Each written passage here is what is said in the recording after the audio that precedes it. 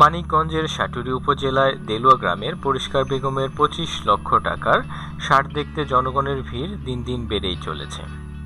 সম্পূর্ণ দেশীয় পদ্ধতিতে লালন পালন করা এই ষাঁড়টিকে এক নজর দেখতে প্রতিদিন উৎসুক মানুষ সাটুরি উপজেলা ছাড়াও আশেপাশের বিভিন্ন গ্রাম থেকে আসছে। একই উপজেলায় বালিয়াটি গ্রামের তারা মিয়ার 22 লাখ টাকার ষাঁড়ের থেকেও এই ষাঁড়টি অনেক বড়।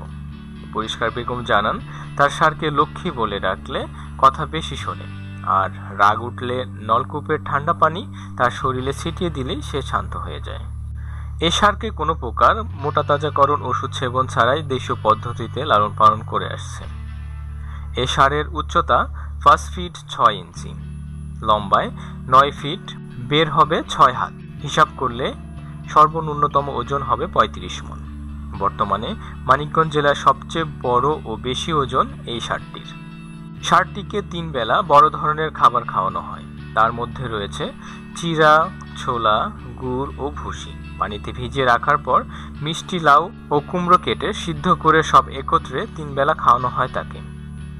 লক্ষ্মীর প্রতিদিনে খাবারের রুটিনে আছে লেবু, মাঝে মাঝে টক দই। 1 ঘন্টা পর পর তিনি নাস্তা সারেন বিচি কলা ও সবজি কলা দিয়ে। তাকে নিয়মিত স্যালাইনও খাওয়াতে হয়।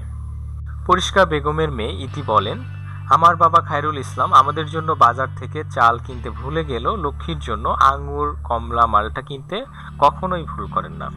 প্রতিদিন লক্ষ্মীকে খাওয়াতে হয় প্রায় 3 থেকে 400 টাকার ফল। পরিষ্কার বিবির পাশের বাড়ির শিক্ষক রশিদ মিয়া জানান, প্রতিদিন বিভিন্ন গ্রাম থেকে লোকজন আসছে এই ষাঁড়টি দেখতে। সাধারণ মানুষের সঙ্গে পাইকাররাও আসছে কেনার জন্য, কিন্তু ষাঁড়টি দেখার পর দাম বলার সাহস পাচ্ছে না কেউ। পরিষ্কার বিবি বলেন, লক্ষ্মীর মা মারা যায় 1 মাস 22 দিনের মাথায়। পরে নিজের সন্তানের মতো করেই আস্তে আস্তে লালন পালন করতে থাকি। 3.5 বছর ধরে আমার স্বামী, আমার কন্যা এবং আমি পরিশ্রম করে আজকে এই পর্যন্ত নিয়ে এসেছি। শেষ 1.5 বছর প্রতিদিন 1000 টাকা খরচ হচ্ছে ওর পিছনে। বর্তমানে এ ষাঁড়ের দাম চাচ্ছেন 25 লক্ষ টাকা। তবে কোনো ভালো মানুষ যদি কোরবানি দিতে চায় তাহলে দামটা কিছু কমাবেন বলে জানিয়েছেন। ধন্যবাদ সবাইকে ভিডিওটি উপভোগ করার জন্য। ভালো থাকবেন।